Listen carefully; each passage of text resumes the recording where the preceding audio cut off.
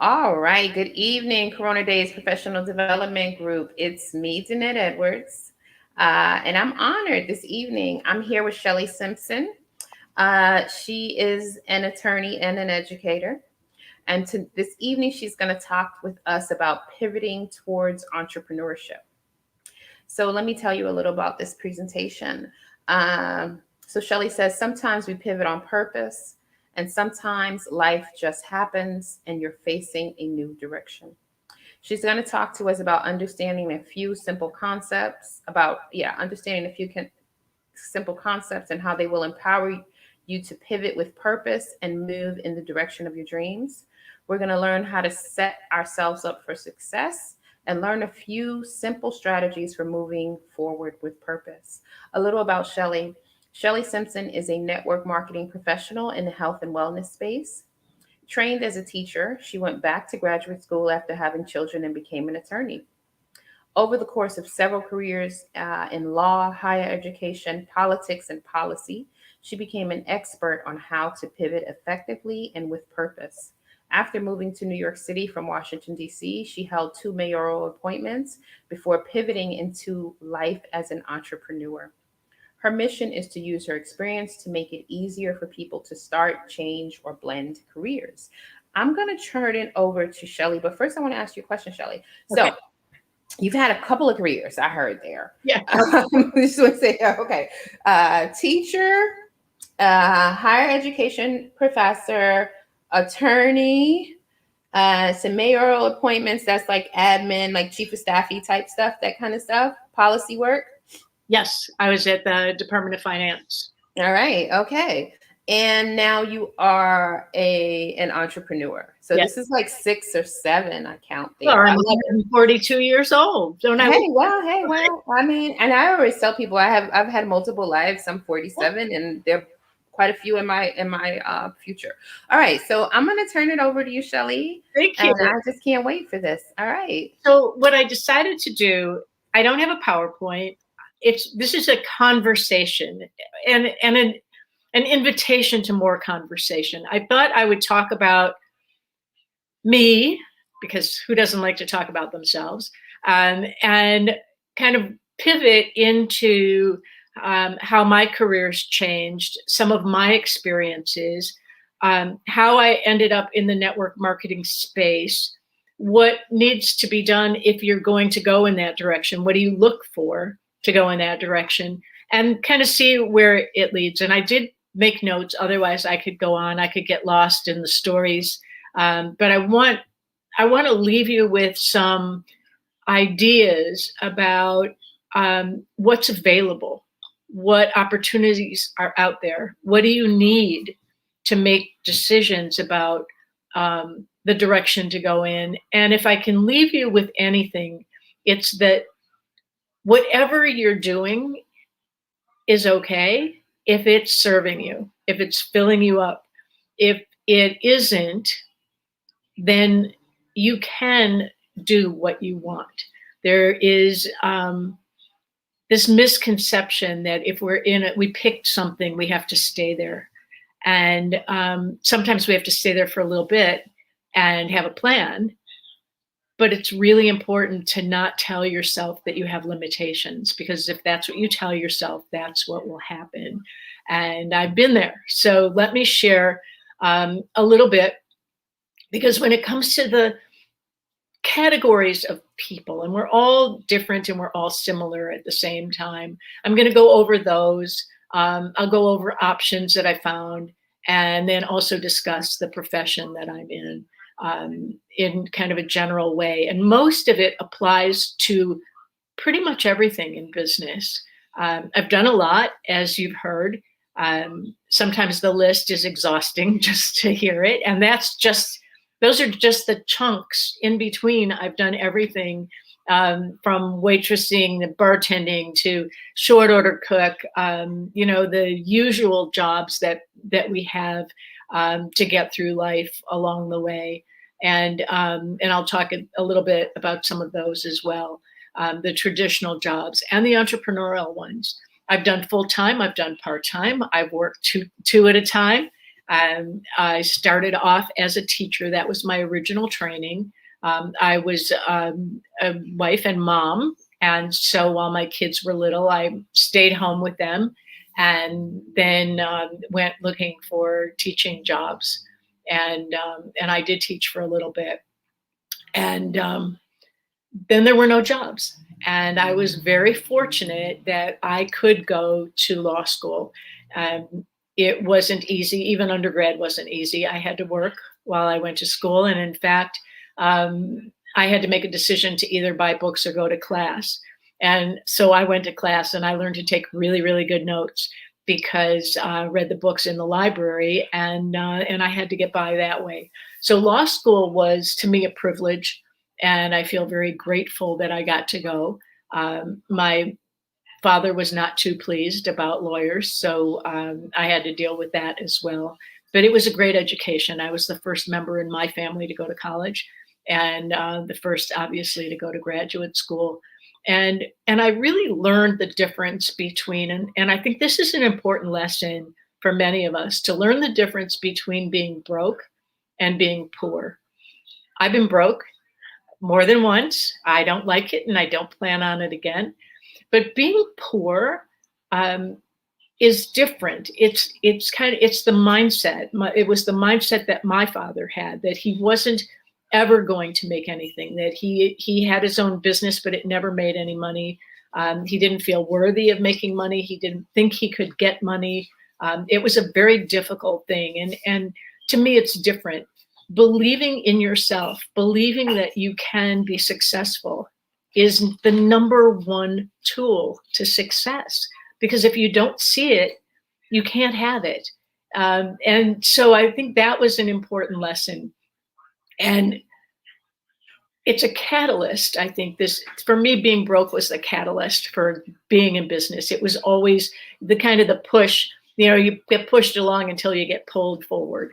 And so I really didn't like that. And I didn't see myself living my life that way. And I learned to save and I learned to grow and I learned to get my education and learn to see opportunities and advantages. And so for many years, it was the constant improvement, the constant looking for opportunities and exploring different fields to grow and to learn and to save money and to be responsible for myself. And one of the career changes for the most part was because I saw something else, that I was doing something and then saw an opportunity and moved forward, sometimes out of desperation, but mostly inspiration as I got older and moved forward. I got the kids through college. There were bumps along the way, but that happened and it was good. And my law school education served me well. I taught law. I practiced as a DA for a year and found that wasn't for me. And so I opened my own practice. That was my first entrepreneurial endeavor, and I liked it. But as a mom, a single mom at that point, I didn't, it was hard. And so when I had the opportunity to teach, I went and did that. And I learned that sometimes you have to balance, you have to decide.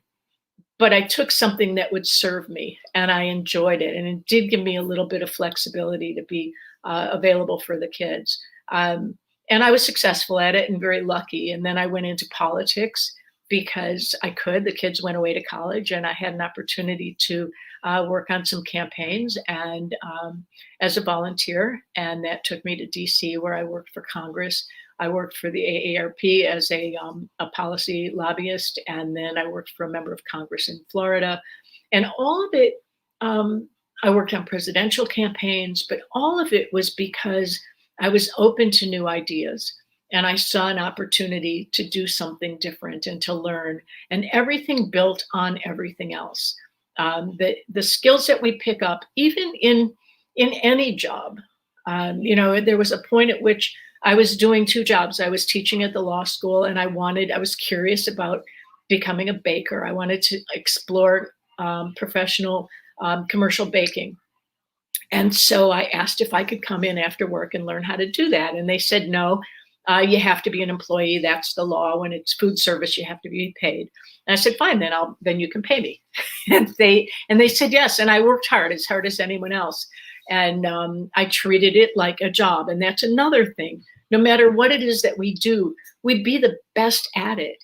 Be the best server, the best bartender, the best housekeeper, the best everything, and work as hard as we can and pick up all the skills that go with it.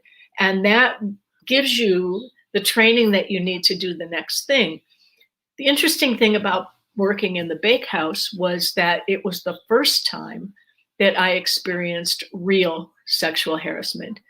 I had, more than just the flirting, more than just inappropriate guy stuff.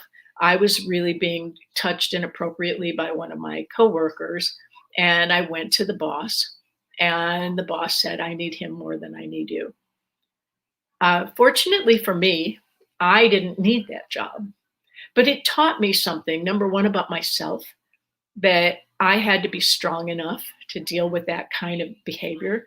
I had to be able to step forward. And I certainly understand where women don't, because I could have been fired. And if I didn't have the backup, I understand where I would have been. And so again, the work I was doing gave me skills I needed, not only for myself, but also to turn around and teach that to other women, and to be empathetic, to be aware of what it's like. So all of these experiences kept building and building and building and giving me more and more information. There's a really good book called Nickeled and Dimed. I can't remember who wrote it. It just came into my head. And it's about a reporter who took some jobs, I guess she called them menial. I don't think any job is menial, but she was doing jobs and she had an out. Like, you look at the story and you go, yeah, it's real easy for her because she could just leave. But something happens in your mind when you're stuck in something and you don't see a way out, or that constant day after day being treated poorly does have an impact on us. So building up resilience and self-worth is so important. And it's something that I've gained over all of the jobs and the careers that I've had. And I think a lot of times we, certainly as women, don't see that education. And it's a story, again, that we tell ourselves, that, it's a negative as opposed to turning it around into a positive. That's the kind of thing that gives us our strength to pivot with purpose and not just be pushed from thing to thing, but to purposefully move towards something else. And so that was something that I learned, and I was moving along and progressing, and every job was better paying and more prestige, and it was all great. And then about, I think it's 18 years ago, it was time. I was in my 50s and DC got old, and it was time for that next plan. And I had a semi-retirement plan, but I didn't have enough contingency plan, because we went down to Florida with a plan to open a business, real estate and law. And then a strep infection had other plans for us. And I found myself as a caregiver for 4 months living in the hospital, and the patient did quite well. And it took its toll. And that plan didn't happen. So there I made that pivot, and I had direction. I knew what I wanted, but it didn't happen. And so this was an instance where I had to make some quick decisions, and I had to just do whatever. There was no thought, really. It took me 2 years to get my life back on track and trying to find some kind of life. And it really threw me back into the early years, the early mindset that I grew up around. And I went back to DC and then on to New York, which was a dream come true with just a dash of a nightmare involved, because I fell out of good health. I didn't have direction. I didn't have a job. And the stories that I was telling myself were things like, well, this is just how it is. My father was that way. His father was like that. I'm never going to get ahead. That was just a teaser. All of the successes kind of vanished. And my self-esteem and the way I felt about myself was like going down that rabbit hole of despair. And I tell you this not because I need, I don't want you to feel sorry because I'm okay. But I think we all have that tendency to go back to the comfort of the negativity that we might have grown up around or that we've experienced that takes its toll. And so while we're very nimble to move this way and that, all of a sudden there's a barrier. And the barrier is really up in here. And we have to unlearn that kind of negative self-talk. And the solution that I found, first of all, I took control of my health. I had no options. It was get yourself together or else. And I had a family health history I didn't want. And it led me to a product that I absolutely adored. And it was good. It was a smart thing to do to get myself back together and start exercising. And that helped me get out of the mental state, because when we take care of our physical state, when we feel good in our bodies, it helps our mind. And I always say to someone, when you're in a negative place, find what gives you some joy. Change your physical state if you're feeling low, if you're starting to have the pity party. We call them lay flat and die days. I'll put on some music, I'll dance. During these Corona days, I'm right in here, in this little space on Zoom all the time, and it gets very small. I go running, but then I'm back in, or a day like this when the weather is not too great. There was nothing. So I'm in, and you can start to get a little down. So you have to pick yourself up. And for me, it's a little music, a little dancing, get on a phone with somebody who's going to support me, and laugh and kind of change things around. But, the book, Loving What Is by Byron Katie, it's a great book, because the thing is, when you tell yourself the negative thoughts, when you say, I can't do that, oh, I don't know how to do that because I've never done it, the question we ask ourselves is it true? And most often it's not. It's just that little negative self-talk telling us maybe we've never had success before. So instead of saying, I've never had success before, we can tell ourselves we've never had the opportunity before. I wasn't good at that, but I could be good at this.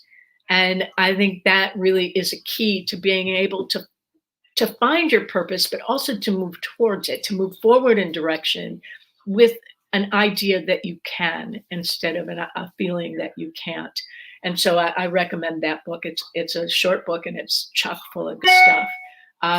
We are the gatekeepers of our own mind, and we can control what comes into it. We can control the negativity, the news. Listen to that every day. Listen to it 2 hours a day. It's enough to make anybody sad. And it doesn't mean you stick your head in the sand and don't know what's going on. But I think listening to the stories, listening to the current events, knowing that something horrible happened, with a mind toward what can I do about it? How can I control it? What is my role? How does it affect what I need to get done? And kind of ration it, if you will, because I think we all have that inclination and responsibility to be part of the world we live in and part of the solution. But sometimes we expect too much of ourselves, and sometimes what we can do and what we want to do are not always the same thing. And so knowing what's going on in the world is one thing, but focusing on the negativity, getting on Facebook, getting on social media and scrolling for the negative is not going to help anybody move toward anything, and certainly not to find purpose in life. So I'm just the same as anyone else. And I feel the pull sometimes of negativity, and I just have to push myself in the other direction and say, you know what, maybe I'll do that later, but not before bed, because, that's not healthy. And understanding what we can control and what we can't control. And we're not, when we can't control something, paying a whole lot of attention to it is not going to give us the impetus we need to move forward in any positive direction. So being the gatekeeper of your own mind is always going to help not only find the purpose, but to help move in that direction. So the categories of people. not that we're all in a little slot, but when we're talking about entrepreneurship, when we're talking about business, when we're talking about um, accomplishment, there are people who are looking for a 9 to 5 job, and that's fine. And anyone who's, if you're looking for that and I can help, I certainly will. But I always ask, what about while you're looking? Are you are you in need of part-time income? Are you looking for alternative? Do you want to do some volunteering? Looking for a job can be daunting, and it can be really frustrating because you can only do it so many hours a day, especially if you're not working. And that's how I was when I got to New York. And I found myself very frustrated and very frightened because, as I said, I was in my 50s. So I fell back on what I knew how to do. I can volunteer, and I knew politics, and that's what I did. And I volunteered on a campaign, and that's how I got the mayoral appointments here, because I made myself valuable. And it was important, and I had to put my ego aside and not go in there and say, you got to pay me because I'm good. I said, what do you need? And I'll do it and get noticed. And that helped me change direction and move forward. So people who are looking for a 9 to 5, there's great. It's some people are in a 9 to 5 and like what they're doing, but they're not making the money that they need to get by. And so those are people who might need a second job, a second income, and that's available. Those are always options, and there are plenty of them, and I can help with that as well. And then there are people who are not getting what they want from the job other than the income. Sometimes we want psychic pleasure. Sometimes we need recognition. We need other things. So, there's a big difference between what we want and what we need. Many of us, food and shelter, that's pretty much what we need, but we want so much more than that. And part of, so many hours are spent every day doing work. And it's important to me to have something that has meaning and purpose and that I can feel passionate about, that is fulfilling and does make money. Because, the fact of the matter is money is not everything. It kind of ranks up there with oxygen. We need it. It's a tool. And with money, we can do so much more. And it is, I think, something that is important to say it's okay to want it. Very often we find ourselves saying, well, I just want to do something good. I want to be helpful. Well, I can tell you, we go back to the broke. That's not too helpful to anybody. So telling yourself that you don't need money, that you don't want money, you're probably not going to get any money.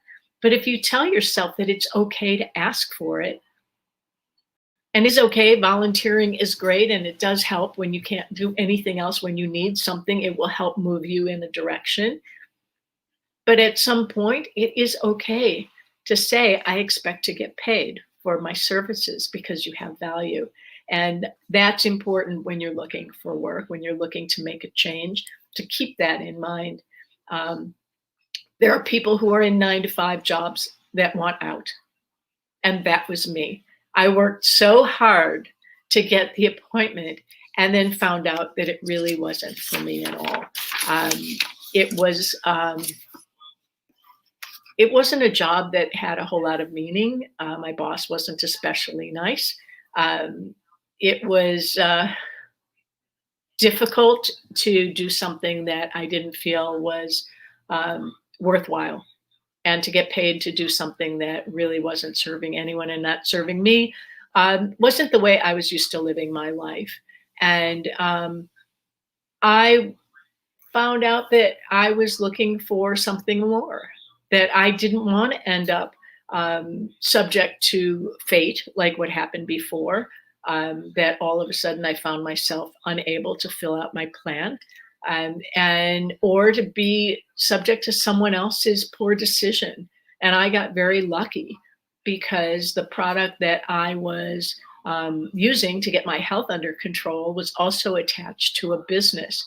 And one of the things I think is so important for all of us is to be open to opportunities, even if it's not something that you want or that you've been thinking about. to be open, to explore, to listen when people are making offers. So often we're like, no, not for me. And that's okay. It might not be, but listening with the open mind that maybe it's not for me, but it might be for someone else. And it could be for you, because I had no idea. When I went into the network marketing profession, I didn't know what it was. I mean, I had known about the Avon lady and the Mary Kay and the Tupperware lady and all of that, but I never thought of it as a business, and I never thought of it for me. But what was interesting is that the person who was selling me the product didn't even share it with me for 3 years, because she thought I wouldn't be interested, that I was going in this direction and I wouldn't pivot in another. And we never know what's going on in someone else's life. It's hard enough to keep track of what's going on in our own life. And so when she finally offered it, I was open to taking a look, because I needed to make a change. And I wanted to do something that was meaningful. I wanted the time flexibility. And let me talk a little bit about time freedom and time flexibility. People want time freedom. We get the same 24/7. We have responsibilities. We have to do things. It's not about the freedom. It is about the flexibility to use the time that we have to serve us so we can serve others. That's how I look at the time. And so in a job, I didn't have the flexibility. And to not be able to be with my family, to not be able to do the things that I needed to do or wanted to do, was very difficult. And so the money didn't make up for that. And, time is a non-renewable resource. We only get so much, and we can never get it back. We can spend it or waste it, but we can't get more. And so that was something I learned along the way that was very important to me. So I want to go over a little bit about why network marketing is a good option, because if you're going to pivot, it's important to pivot towards something. In basketball, and I'm not an athlete, but I know basketball analogies, because I have two sons, and all my grandkids, 2 boys and 2 girls, play basketball at least a little bit. And when you take the ball and you pivot, it's in mind 2 options. You're either going to pass the ball or shoot. You're not going to just keep spinning around and around and around. You have a purpose in that pivoting. And so exploring options, whether it's a job, whether it's to move, whether it's to go back to school, whatever it is, to think in your head, excuse the noise, I'm in Manhattan, it's a little noisy, but we'll get through it. What's a good option for you, and decide what it is. Are you someone who needs that 9 to 5? Do you need the structure? Do you need that set path? Or can you be a little more flexible? Do you want to be an entrepreneur? Do you want to have a brick and mortar? Do you, all of those questions are important. Network marketing has some advantages. Okay. And let me explain a little bit when I'm talking about network marketing, what I mean. People call it MLM, multi-level marketing, direct sales, any of the businesses where you get paid for selling product or building teams that sell product. That's to me how it works. And people will call it a pyramid scheme.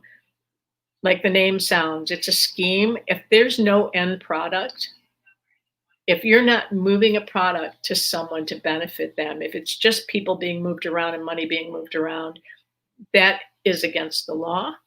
And the only thing that ends up happening at the end is the one who started it makes a whole lot of money and then goes to jail. That's how I describe pyramid schemes. But in a good network marketing company, there's a low investment. So it's not like buying a Subway franchise or McDonald's or any of those that cost hundreds of thousands of dollars. And all you really need is a phone and something of value to share with people. And that's really an advantage.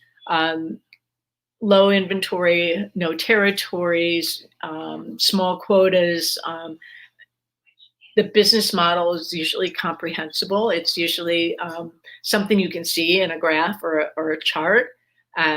There's time flexibility and personal and professional growth. And I want to talk about that in a minute. Some people think that being an entrepreneur is the time freedom. As I said, it's time flexibility. And you do have a boss.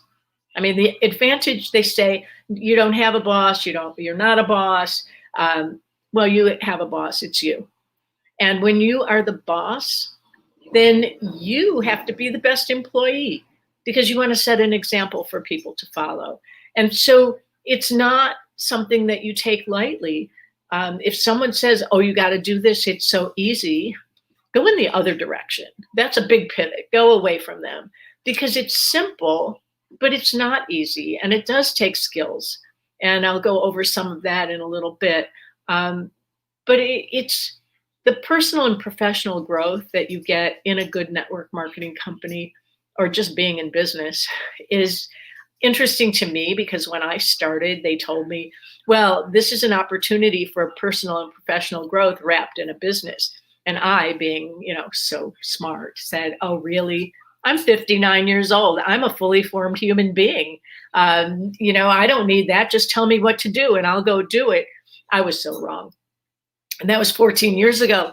And so you do grow because you learn new skills and you're sharing with people and you're making a difference in people's lives and you're responsible for other people.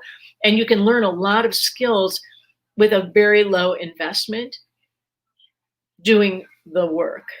And to me, that is what separates network marketing from other jobs and other business opportunities where you have to put in a whole lot of money and hire people and buy equipment and invent something or, you're looking for something that's already set up and you step in. And that to me is really important because anyone can do it. It's not for everyone, but anyone can do it. And so how do you decide whether it's for you or not? And it's the same way you decide anything that you're going to do. Do you have a desire to do it? In this, do you have a desire to be in business? Or do you have a desire to do a particular job or take a particular trade? Desire is really important because you think about owning it, about being in charge, being responsible, and making it your reason to get up every day and make a difference in your life or in someone else's life.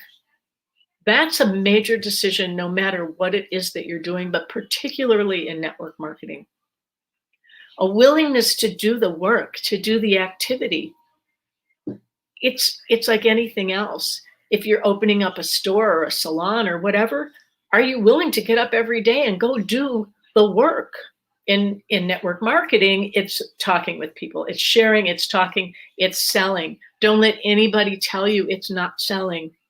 But I will tell you that everything is selling. I used to tell my law students that being a lawyer is no different from being the mom and pop shop on the corner. We are all selling ourselves. We're selling an idea. We're selling a position. We're selling a product. And all selling is being a solution. If someone has a need, you have a solution and there's an exchange. That's all it is. It's not awful. It's a good thing. And so that's part of it. And every day to get up and get dressed and go to work, whether you're going to an office out of your home or you're going to an office in your home. The pandemic had no impact on my business. It had a big impact on everything else. But my business, there wasn't a negative effect because I was already home-based. I was never homebound and I missed being out and about, but I already knew. And I've already been able to teach people how to get up every day and go to work, how to keep a calendar, how to keep a schedule, how to get up every day at a certain time and know the 2 or 3 things that you must get done that day, plus all the other stuff we have to do, like the cleaning and the cooking and the kids and all of that. But for the work piece, the willingness to get up and do the do, and then being coachable or teachable. Whatever it is you're doing, you go into work, you get an orientation, you learn the tasks, you learn the skills. Well, in network marketing, I was successful at other things. I did not know how to do this. I had to take my big old ego and put it on the side and say, will you teach me how to do it? And pick up the skills. Go out and get a customer. Keep the customer. Go out and get another customer. Keep that one too. Go out and find a partner. Teach the partner, or help someone else help you teach them. But all of the things that are involved, just to be coachable, to be teachable, and understand that we all start at the beginning and ask questions. And so if you have those three, the desire to do whatever it is, the willingness to do what needs to get done to be successful, and the willingness to learn how to do the activity, then that's what you should be doing, because it's clearly something that you want to do. And so I had all that, and I was ready to go. The next step is how do you build success?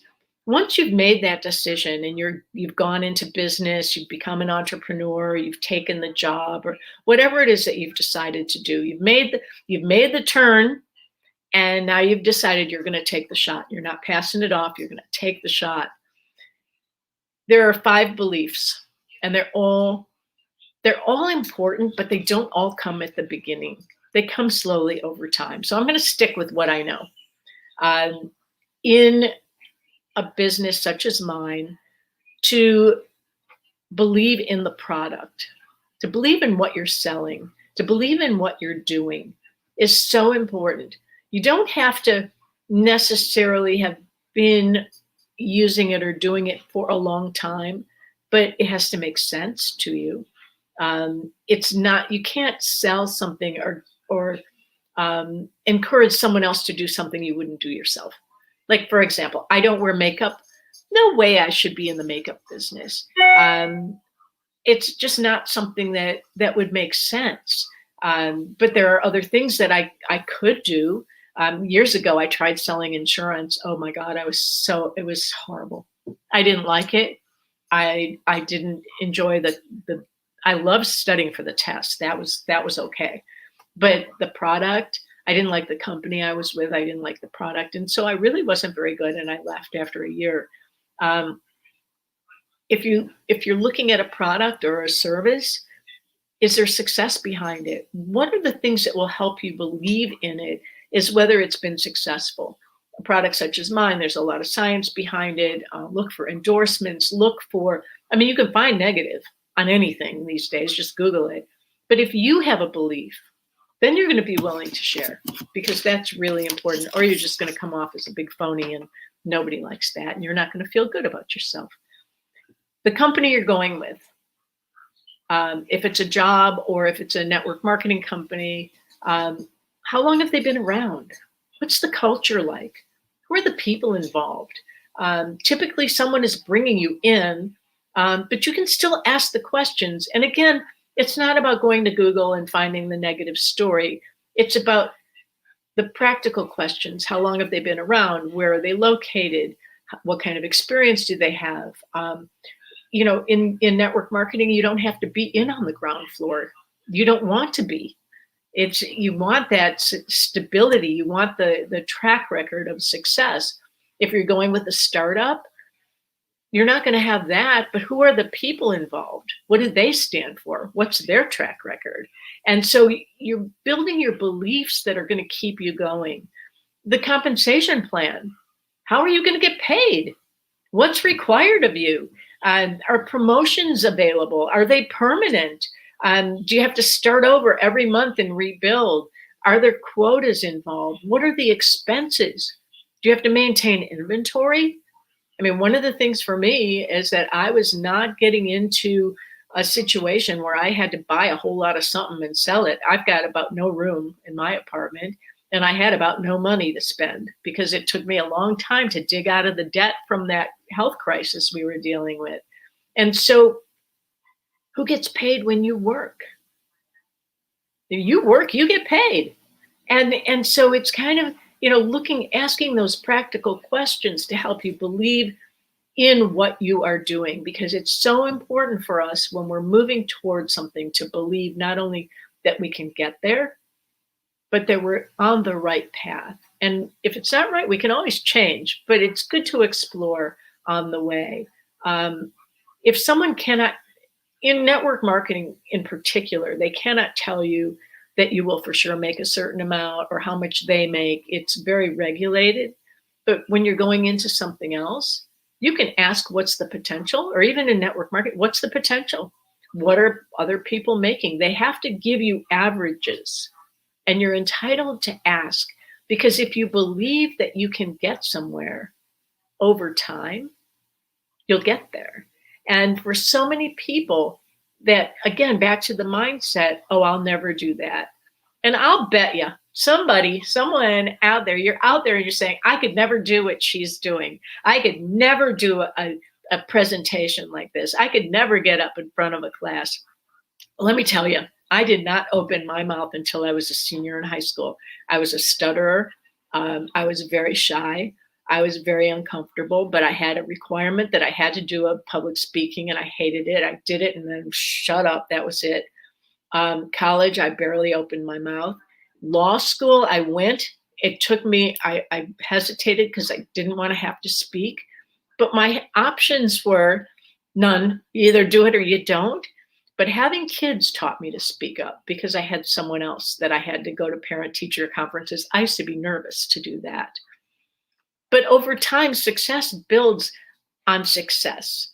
And you try it and you do it, and everybody's nervous. And if they tell you they're not, then they're not telling you that. If you had to at least have some adrenaline going. And so, ask the questions, ask how many times they're going to ping your credit card, ask what the expenses are, speak up and be your own best advocate, and know that you can do whatever you set your mind to do. And you don't have to go just because you're exploring. That's the beauty of it. Exploration is just that. And then you decide, once you get a little bit of beliefs in place, doesn't have to be a 10 out of a 1 to 10. It can be a 4 or 5 in the beginning, and it just grows over time. But it's very important that that you get the confidence, because you're really driving the engine of this exploration. Having belief in your sponsor, the person who's bringing you in, whether it's the hiring manager or whoever it is, that they're actually telling you the truth, that they have your best interest at heart. That's important. Not that you're the number one person in their world, but at least that they care enough to give you the time and the answers. That's really important. And sometimes certainly in entrepreneurship, the partner support is very key, but it can change. You'll find a mentor here and a mentor there, but always find someone who has your interest at heart that you can believe in. And the fifth one, and this is the number one most important belief, is in yourself. That once you decide, believe that you can do it. Dream big. Expect success, because you're here, because you're listening, because you're paying attention, and you're exploring, and you're stretching yourself.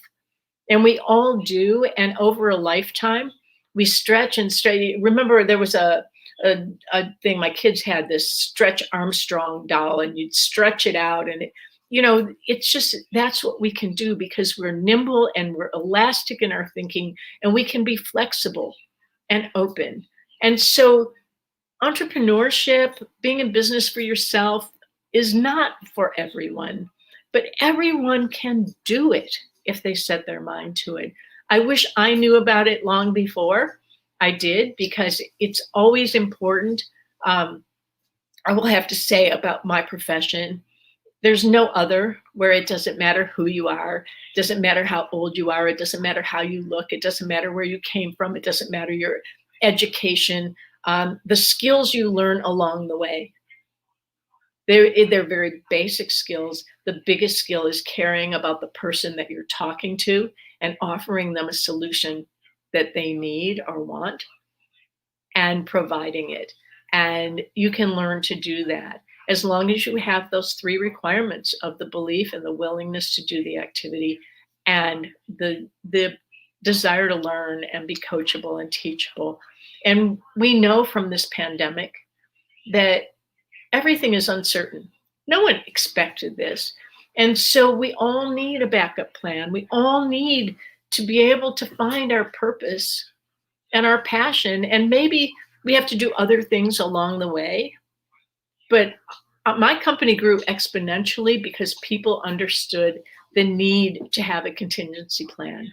And a lot of other businesses did as well, because entrepreneurship can be recession proof, pandemic proof, because the engine that drives it is us. And if we're willing to work and we're willing to dream and willing to find the opportunities and match our skill set, then we can do anything that we want.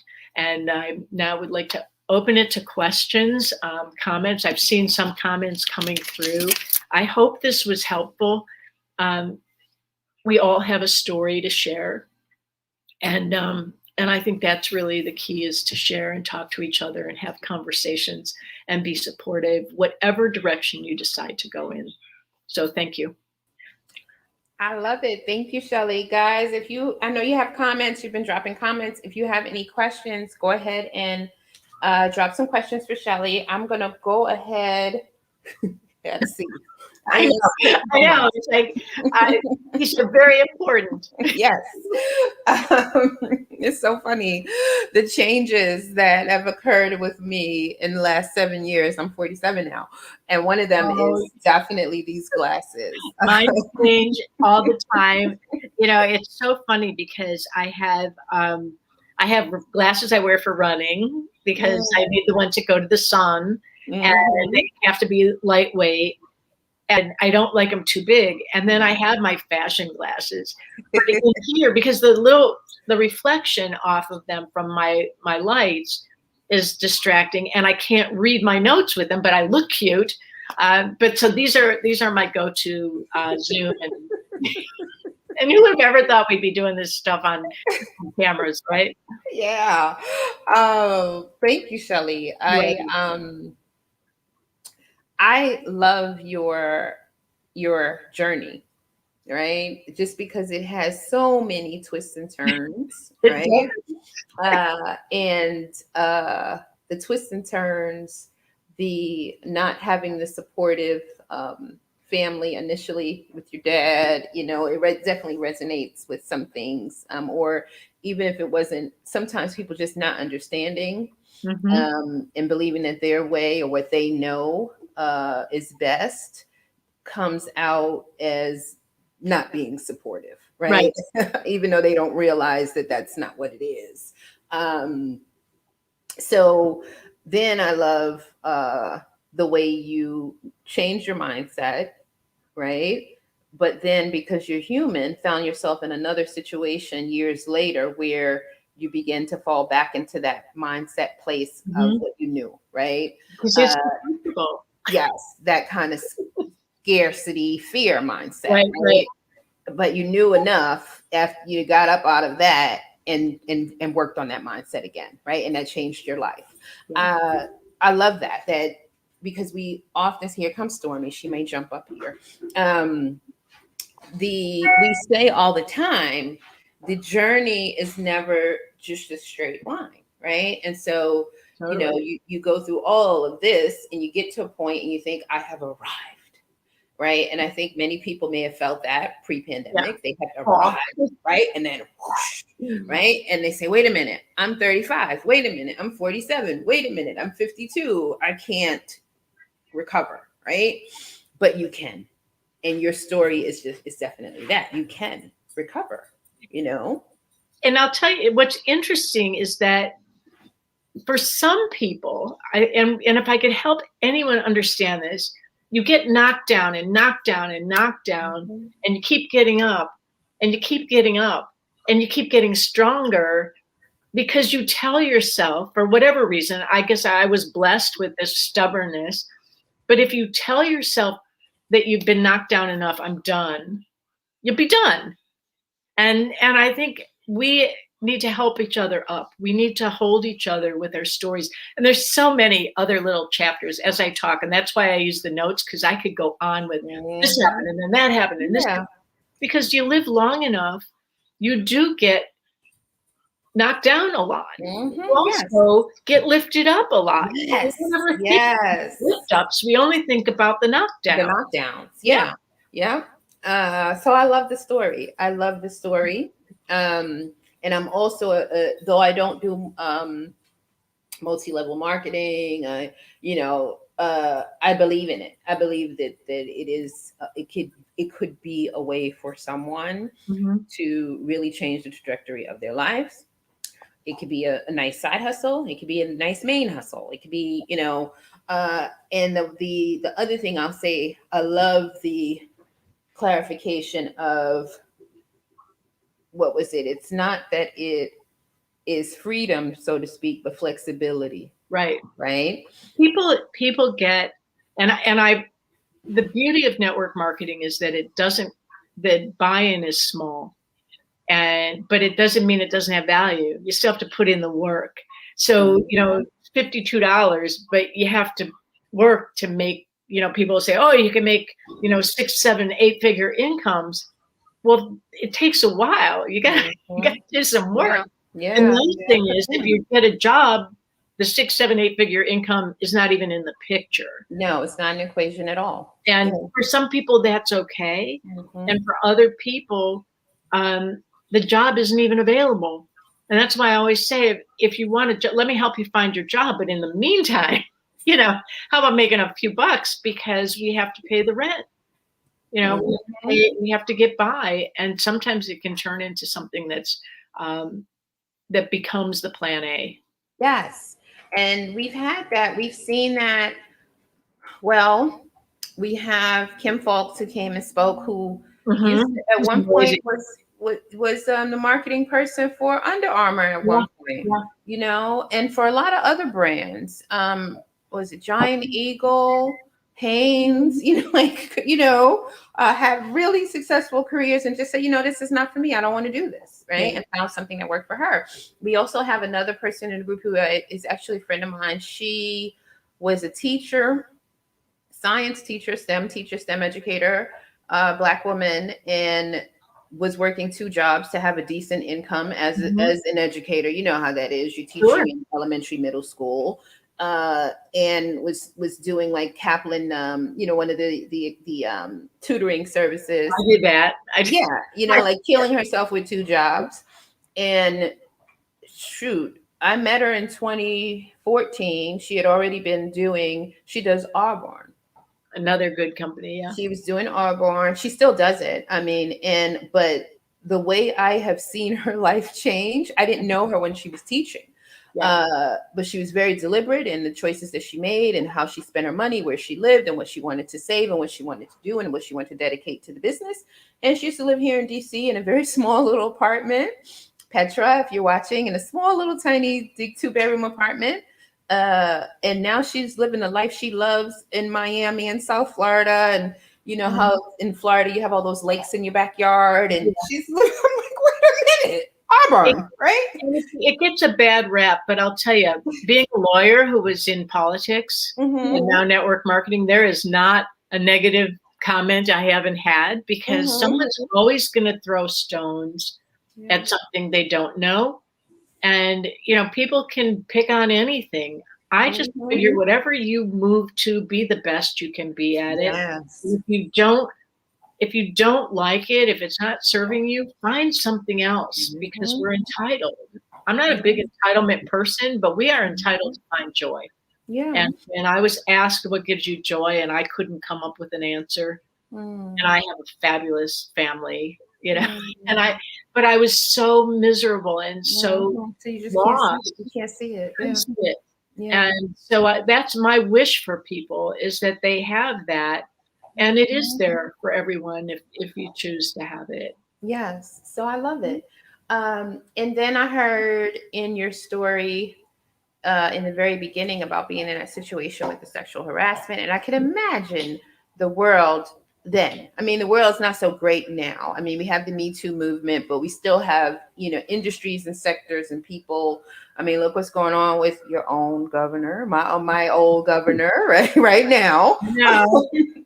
Where it's a sexual harassment, but to be in a time where someone would have the gall to respond to you. And I really, I hesitate sometimes to share that because it has to be framed in a way that teaches the lesson I want to teach.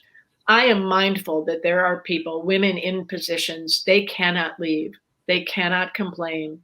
That it happens, and it happens all the time. And it's not just the rich and famous, and it's not just the powerful. This guy he was just a schlub.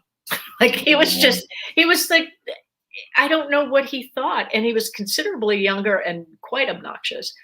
And, but I share it because I think at that level, if we tell the story that involves regular folk, people understand, and that will help women come forward. And the fact that I could leave is the other message. We need to position ourselves so that we have that flexibility, that we can pivot, that we can move in a different direction, and we're entitled to that, that we should be able to, but it's on us. And, saving our money. If I hadn't had cash saved, I don't know what would have become of us.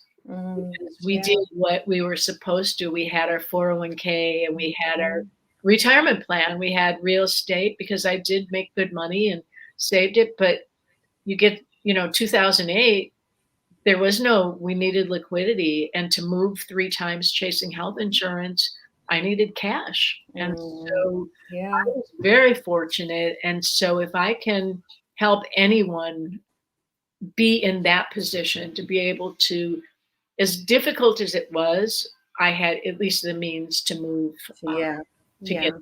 So yes, so I just love it. Thank you for coming here today. It's my pleasure. Thank you for having me. I hope this is helpful, and I saw a few of the comments, and I appreciate them.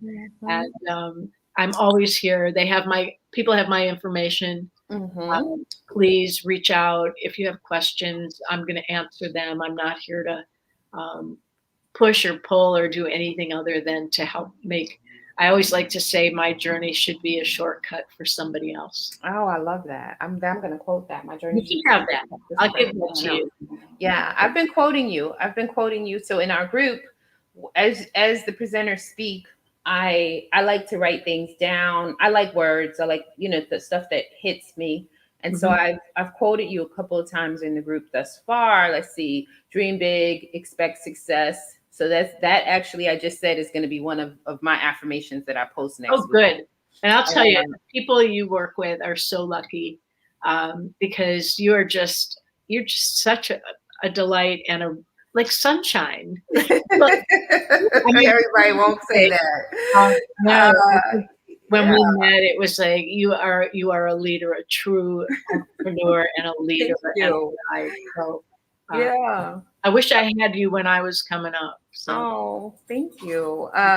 Time is a non-renewable resource. Of course, I'm realizing that now as I'm 47, right? Keep saying that. Then think about it, even at 37, I was, I still was like, life wasn't, catching up with me. I just had a conversation with a girlfriend of mine, and I was like, look, we are not there anymore. We don't do these things. And it was really surrounding not being in a space professionally that she was happy with. Yeah. And I said, look, we're not there where we were. We would have, quit and go do this and say, okay, I'll take some money out of savings. And I was like, we don't do that anymore. Don't even think that. That's not an option, right? We're gonna get you out of this. But ask me that 10 years ago, I would say, honey, go ahead. You got oh yeah, I got some money saved up. Go ahead, right? So it's just different. I have quick jobs. My kids taught me a lot. My kids taught me a lot about pivoting. Because I grew up being told you get a job, you stay in a job. Well, first of all, I was told you don't even get a job, you stay home and be married and have babies. We know how well that worked.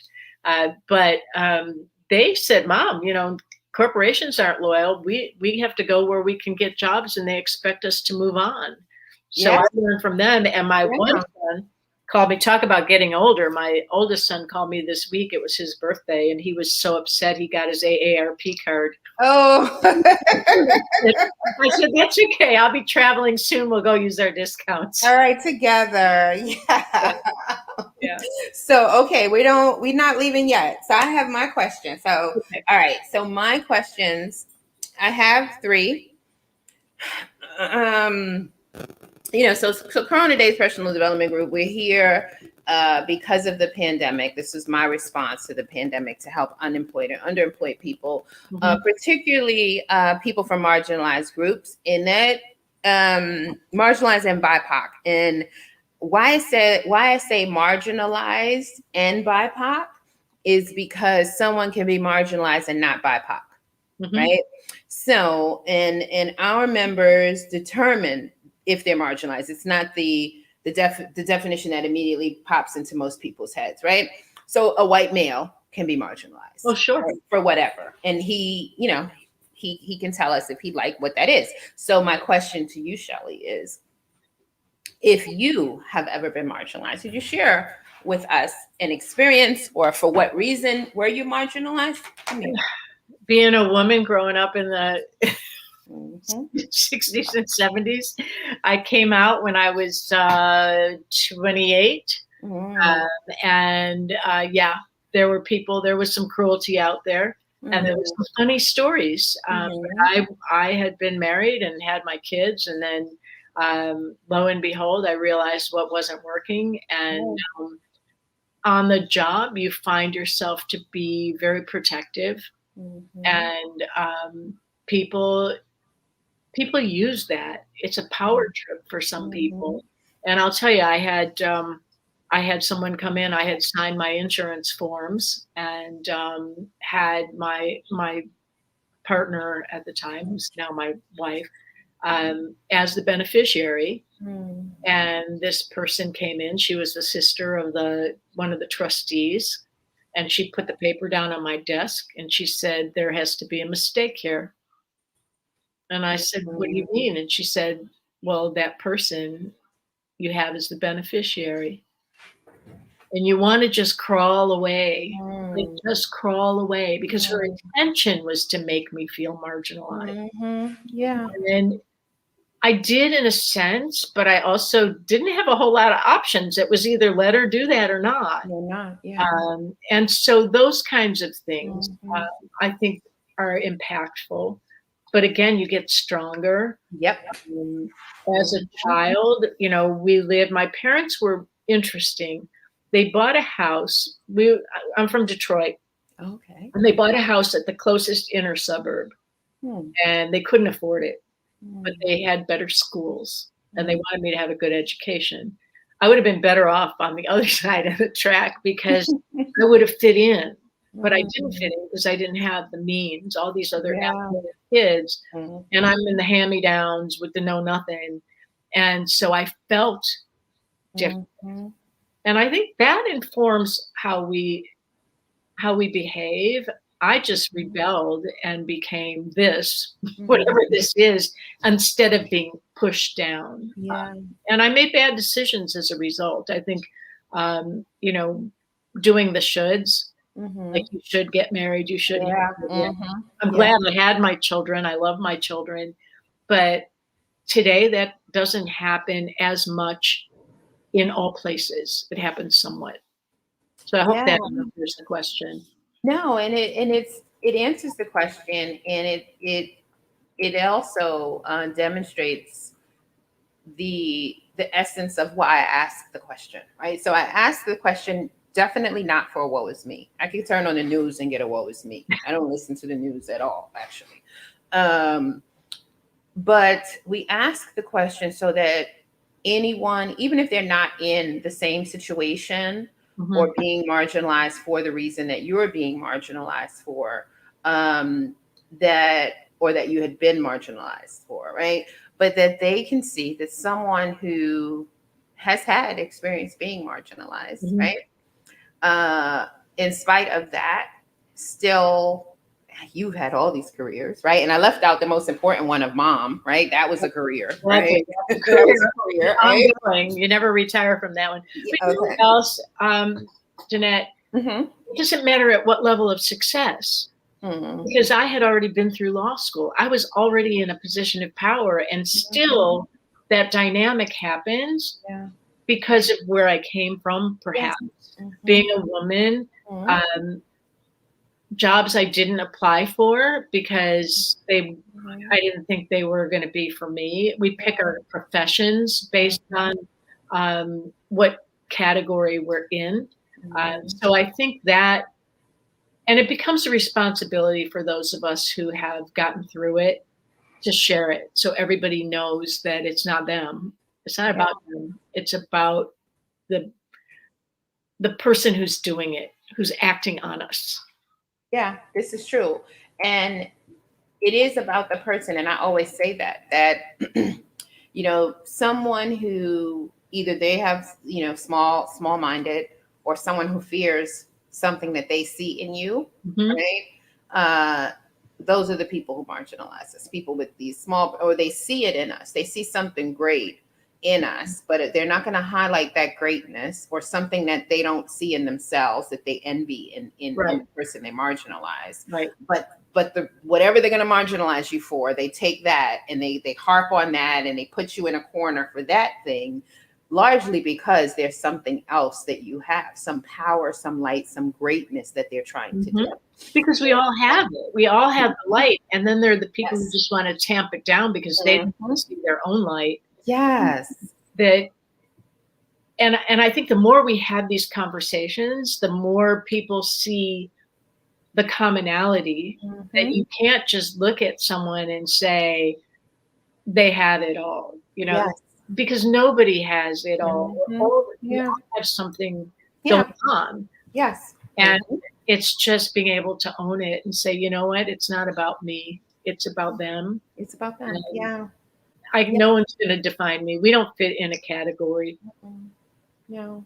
So I love it. And that's why I asked the question, so that if someone has allowed someone to dim their light so much so that they're paralyzed in essence Mhm, in a mhm. situation, or had been paralyzed in a situation and left that situation just totally beat down, and their mindset is not there where Mhm. it needs to be, they can take strength from our presenters who Yeah, say, and even you saying, I was an attorney when this happened to me, right? yeah, So someone who says on the outside, someone should say, oh, you have everything going on, but you're still feeling like you have no voice in the workplace, or you have no voice in your home, or with your mhm. community or in your church or wherever it is, that there are people who have been in situations like you and have gotten through them. So that's why we asked the question. um, the next question is my favorite. Stormy is about to act up. It is, she might make an on-stage presentation, That's okay, we like yeah, her. she might come up here. I'm going to turn my chair so I could just tap her. So this is my favorite question. It is, if you were able to, go back in time and tap a younger Shelley on the shoulder anytime, it could be 5 days ago, right? Mhm. Younger. Uh, what would you tell her about the journey of your career, and what would you say to her? Don't sweat it. Don't sweat it. All You got right. this. You got this. Dream big, expect success. Um, yeah, and I did an exercise, and I recommend this is a good one.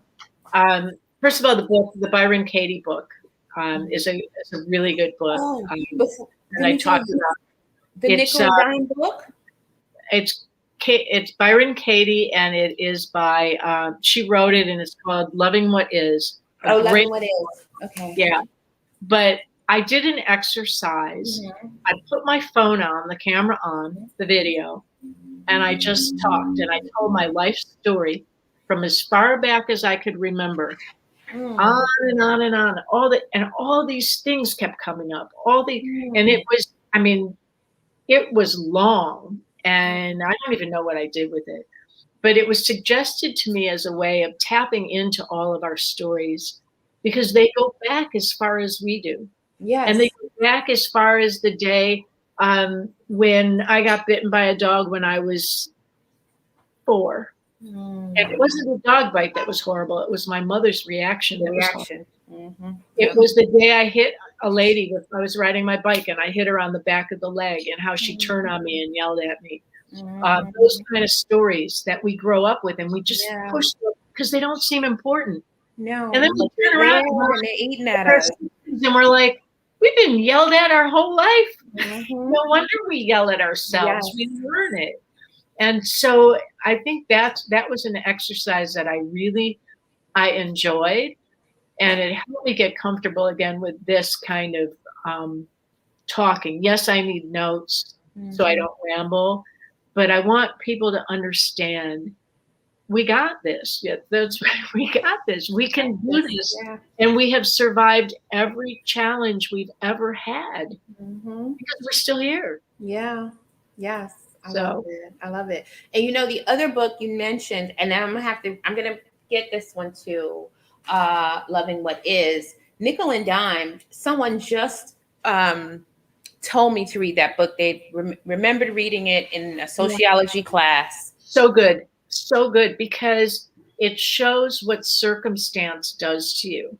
Because I'm reading it and the reporter was doing she was reporting on what it's like to have menial jobs Mm-hmm. and it affected her.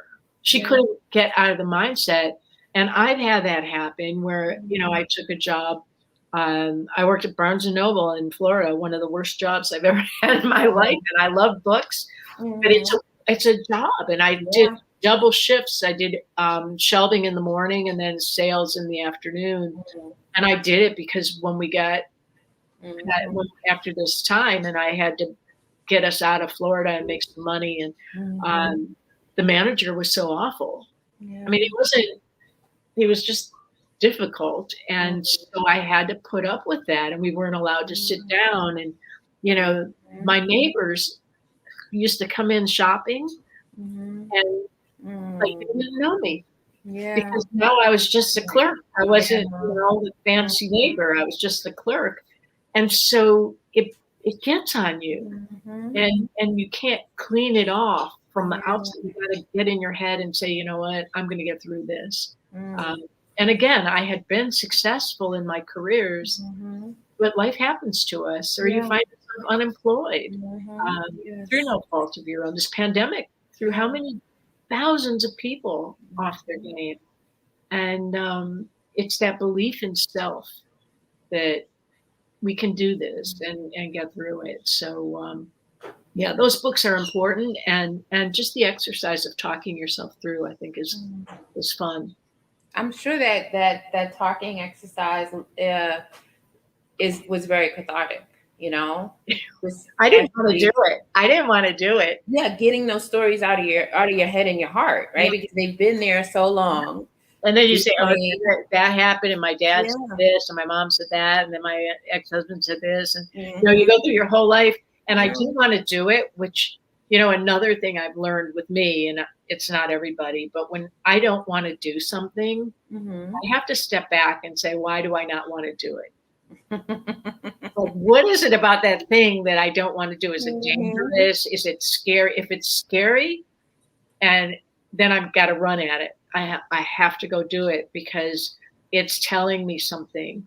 And now, if it's dangerous or stupid, you don't do it. But if it's just something that scares you or makes you feel uncomfortable, examine it and then say, you know what?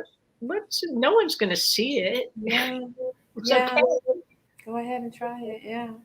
The Nickel and Dime book, it was suggested to me because I keep saying I love the work we do Corona Days here. I love it. We're not going to stop doing it. Mhm. And I'm recreating a Corona Days for Baltimore City. And I was saying I want to help the most vulnerable people in Baltimore City.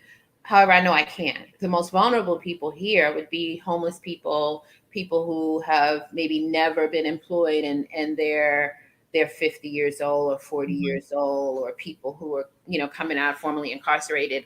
And the suggestion was read this book, and you'll see who the vulnerable people are. The most vulnerable people that you could help are who you pass by every day, Every day.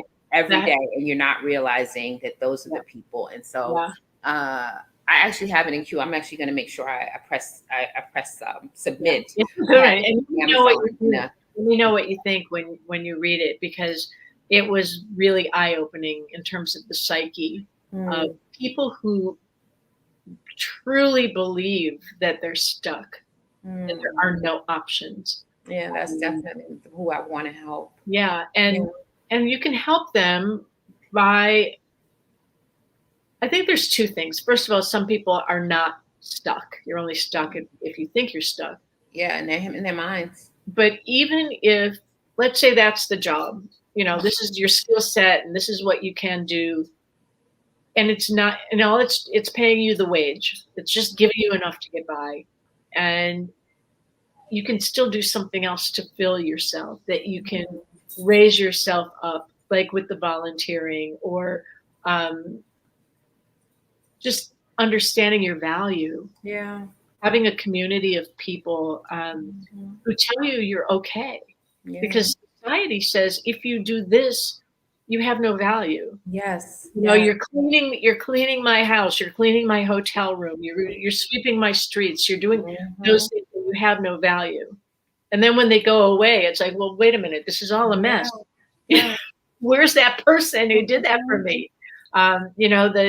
The person, in a restaurant, the guy who's busting the table or the woman who's busting the table has no value. Yeah. Um, yeah, well, you want to clean your own table? Yeah. I mean, that's just, Yeah. to me, it's crazy. But making them feel good about what Good they about do what you do. is Yeah. something we can do. Yeah, there is. I mean, we even see it now with the pandemic. What happened very early in the pandemic when we still needed groceries, Yeah, right? And now I wasn't going to get them. I was Instacarting, right? yeah, But there were people who were shopping, and then there were these people who had to go to work and be cashiers and put their lives on the line, yeah, right? For the lowest wage. yeah. And for Right? people to treat them poorly. Yes. I think Yeah. that's part of it. Mhm. Sometimes you just ask people how they are, Mhm. and they just look at you. It's certainly here in New York. Surprised. They look at you like, "What? Like, Yeah. what do you want?" Mhm. But how are you? Are you having take that extra second to say, "Are you having a good day? Is everything okay?" And then you kind of laugh because they're not, and they know they're not. But those are the things that, being Mhm. respectful of each other.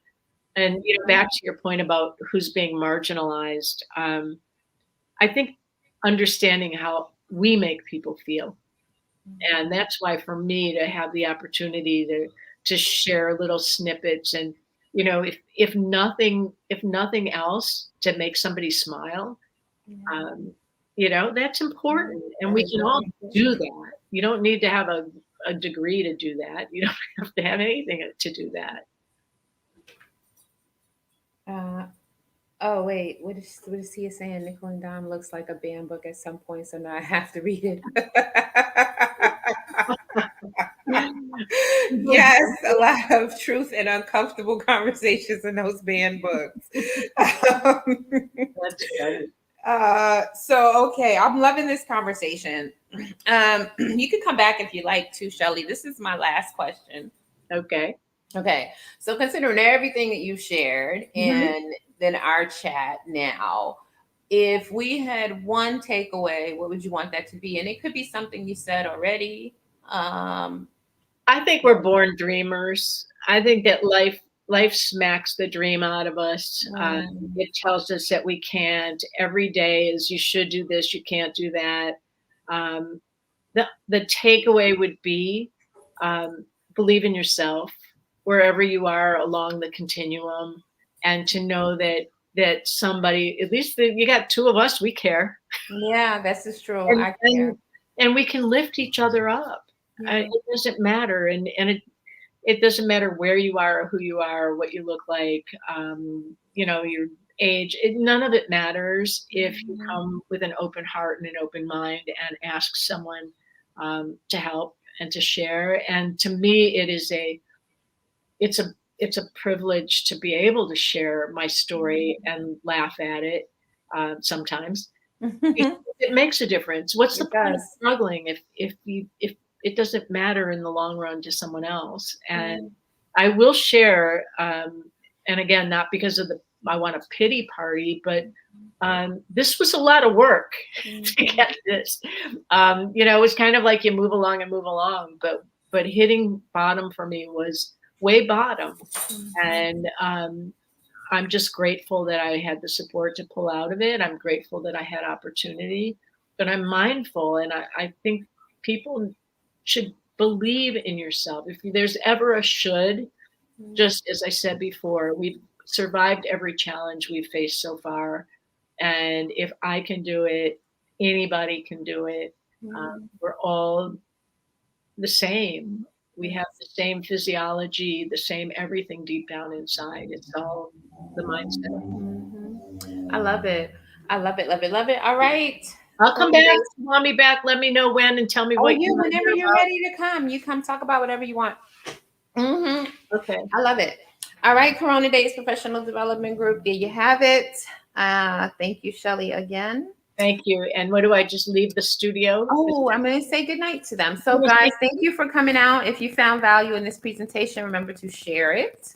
And thank you all again. God bless you and good night. So, I'm going to go ahead and end the broadcast and then we are done. All right. Thank you. It really